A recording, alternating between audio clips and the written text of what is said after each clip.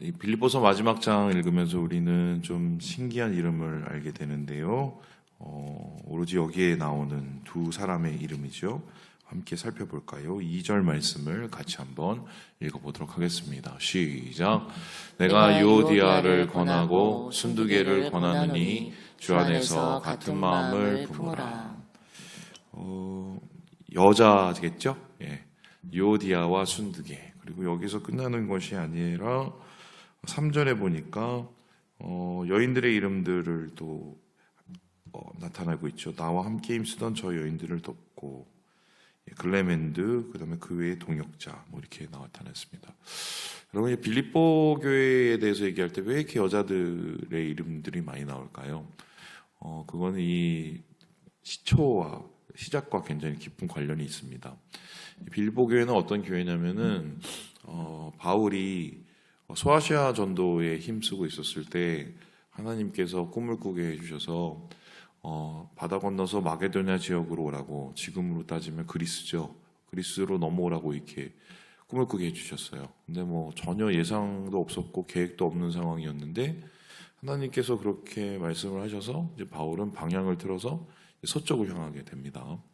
그럼 이제 마게도냐에 가서 좋은 일이 있을 줄 알았는데 그렇지 않죠. 거기는 말 그대로 그냥 생리얼, 생판 완전한 이방 지역이었어요. 그래서 바울의 선교 전략은 원래는 유대인 회당에 찾아가서 그 회당에서 유대인들을 대상으로 먼저 복음을 전하고 그 중에 열매가 맺어지면 거기 그 지역과 가정을 기반으로 해서 가정교회로 시작하는 게 이제 바울의 선교 전략이었는데 그럴 데가 없었습니다. 그러더니 이제 어떻게 했느냐? 이제 빌립보라는 지역에서 이제 처음으로 교회가 세워진 게 빨레트에서 세워졌어요. 빨레트에서 어떻게 세워졌느냐? 이제 강가죠. 이제 강가에 갔는데 거기서 이제 루디아라는 한 여인을 만나게 됐습니다. 이 여인이 이제 누구냐면 자주색 옷감 장사를 하는 분이었어요. 예전에는 이 자주색은 소위 말해서 귀족들 혹은 왕들이 입던 옷이었는데, 왜냐하면은 그 옷감의 색을 내기가 굉장히 힘들고 비쌌기 때문에 그냥 비싼 축에 속하는 이제 옷감이었습니다. 이제 그것을 내다 팔고 염색도 하고 막 이래 놓으니 빨래터에 있었겠죠. 빨래터에서 전도를 시작을 한 거예요. 그래서 이제 그것을 기반으로 루디아라는 사람의 집에 들어가서 거기에서 이제 가정교회가 세워지게 되는데요. 이제 그래 놓으니 오늘날로 좀 비교를 하면 뭐하고 똑같냐면은 미장원 헤어샵에서 교회가 시작됐다고 보시면 됩니다. 그러면은 당연히 이제 이 교회의 구성원들은 여성들이 많을 수밖에 없겠죠. 그리고 당연히 그렇게 되면 여성들이 이제 리더십이 이제 되게 되는 거죠. 아마 이 빌립보 교회의 가장 두 큰 리더는 유오디아와 순두개일 가능성이 있다. 루디아는 이제 나중에 예수를 믿고 복음을 받고 구원을 얻은 다음에 자기 고향으로 돌아갔어요. 이게 이제 소아시아 지역이었고요. 그리고 이제 거기서 이제 선교 사역을 했죠. 그래서 이 유오디아가 순두개가 아마 교회를 이끌고 나가는 가장 대표적인 리더였을 텐데,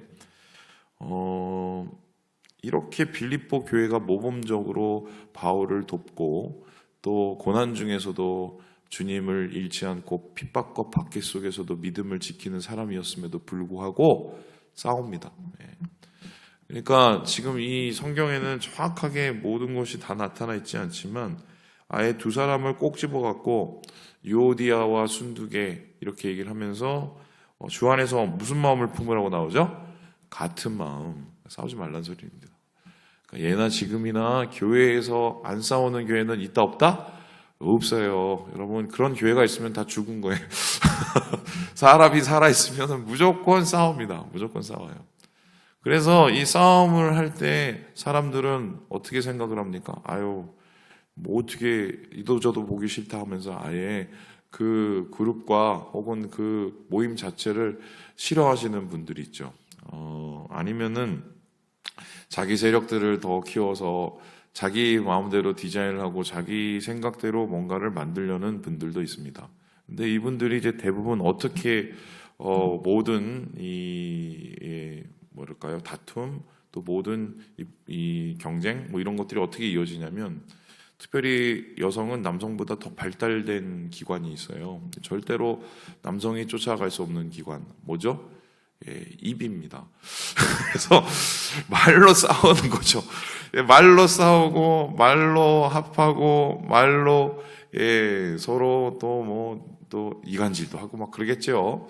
예, 이런 거 없는 교회는 제가 볼 때는 거의 못 봤습니다. 거의가 아니라 아예 못 봤어요. 심지어는 제가 뭐까지 경험을 해봤냐면은, 저희 아내를 아시는 분은 아시겠지만 저희 아내는 진짜 말이 없어요. 요즘에 갱년기가 오고 나서 좀 말이 조금 늘었어요. 그래서 제가 좀 편해졌거든요. 근데 미국에서 저희가 사역을 했었을 때 그때는 저희 아내가 하루에 몇 마디를 했는지 모르겠어요.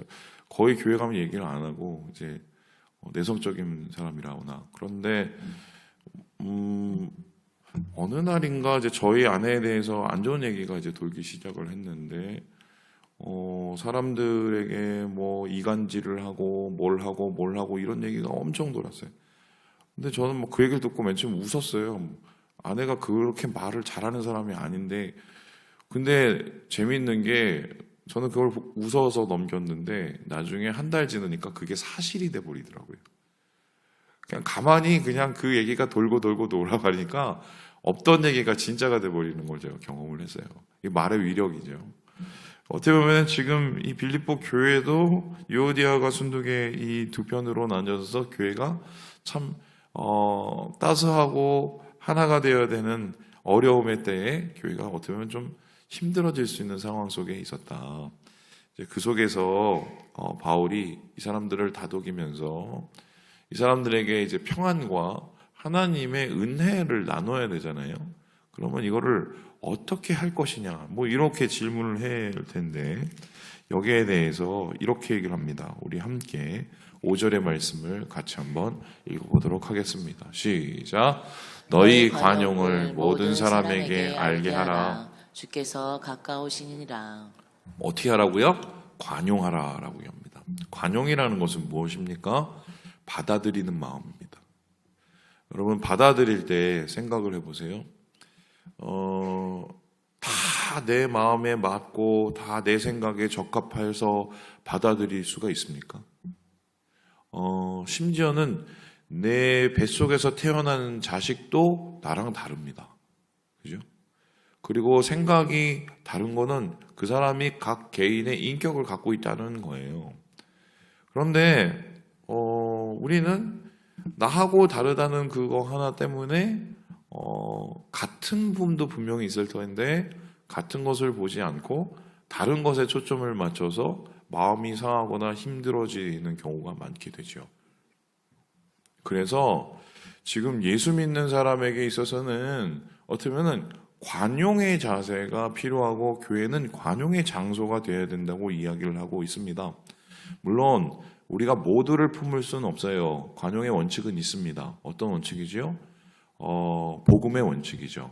말씀과 복음과 그리고 이 성경의 핵심에 해당되는 것들을 해치지 않는 범위 내에서는 우리가 얼마든지 이 관용을 할 수가 있겠는데, 그러면은 누군가를 우리는 어떻게 품어야 되느냐라고 생각을 했었을 때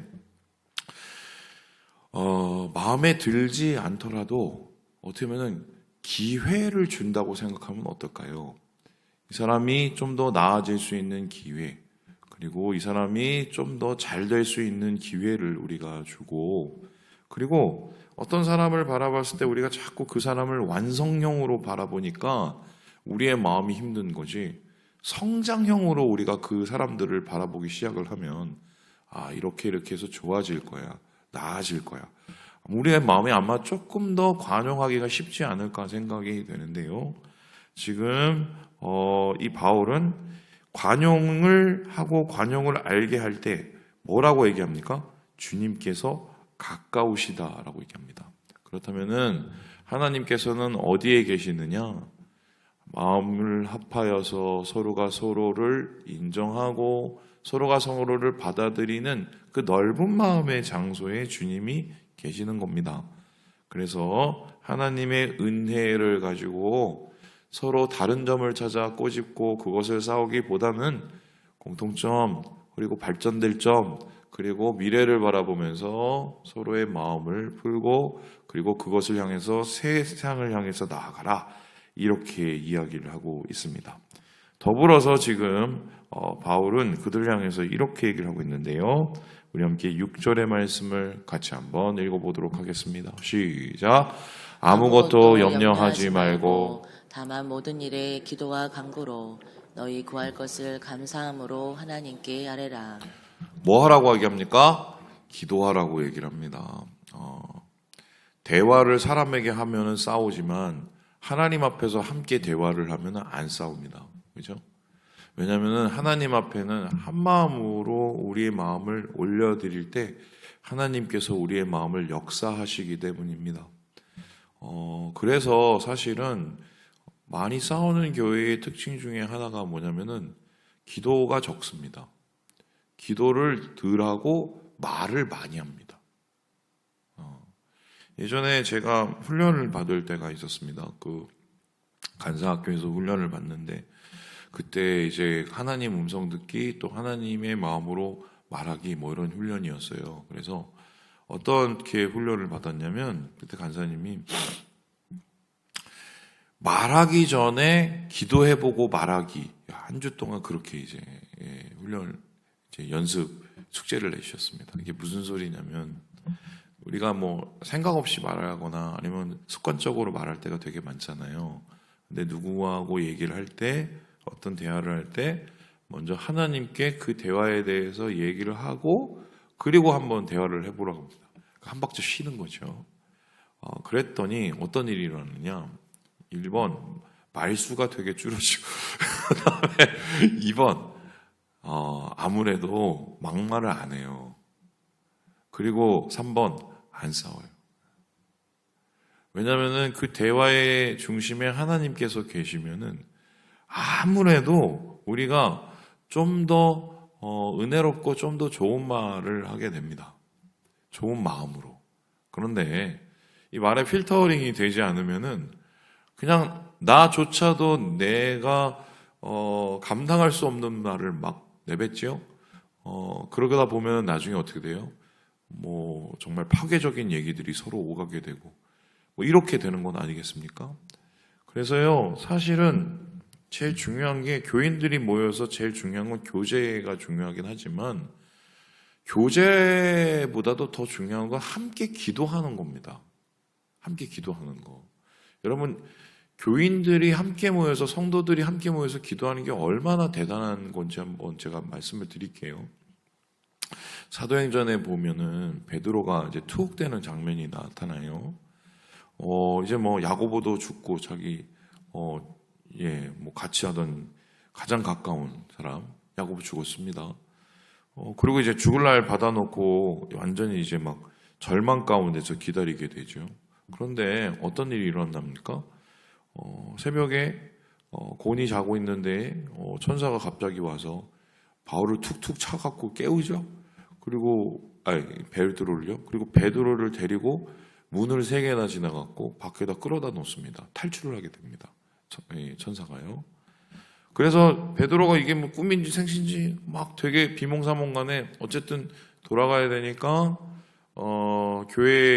교인들이 모여 있는 그 가정을 향해서 이제 가게 됩니다. 가고 이제 문을 두드리죠. 그랬더니 이제 로데라는 아이가 딱 나와서 베드로가 나온 걸 보고 깜짝 놀라갖고 들어가서 어떡합니까? 베드로 사도가 왔다고, 베드로 선생님 왔다고 막 얘기를 하니까 그때 뭘 하고 있었었냐면 성도들이 함께 모여서 기도를 하고 있었습니다. 어떤 기도를 하고 있었겠어요? 베드로가 풀려나도록 기도를 하고 있었습니다. 그런데 베드로가 풀려나기를 위해서 기도를 하고 있는데 베드로가 풀려났는데 로데가 와서 베드로 선생님이 왔어요 하는데 신기하게 그렇게 베드로를 위해서 기도하던 사람들이 그걸 믿었어요? 안 믿었어요? 안 믿습니다. 신기하죠? 안 믿고 기도하는데도 하나님께서 들어주십니다.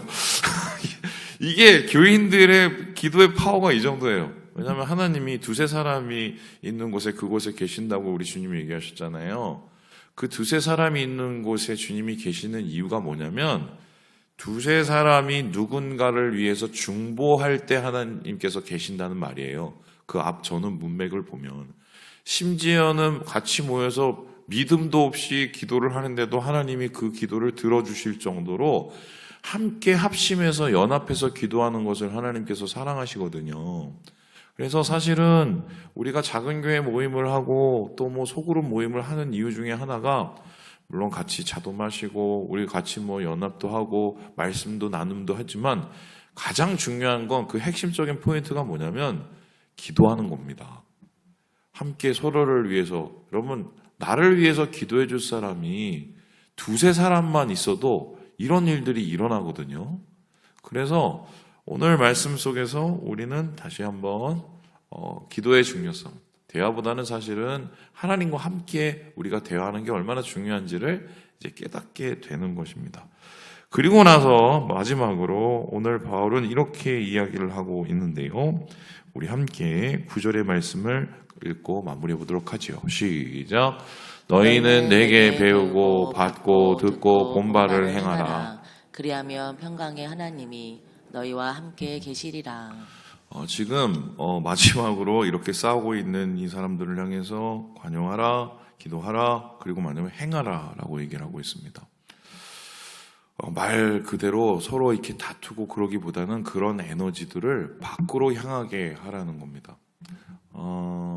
제가 이제 우리 담임을 뭐 10년 넘게 하고 있지 않습니까?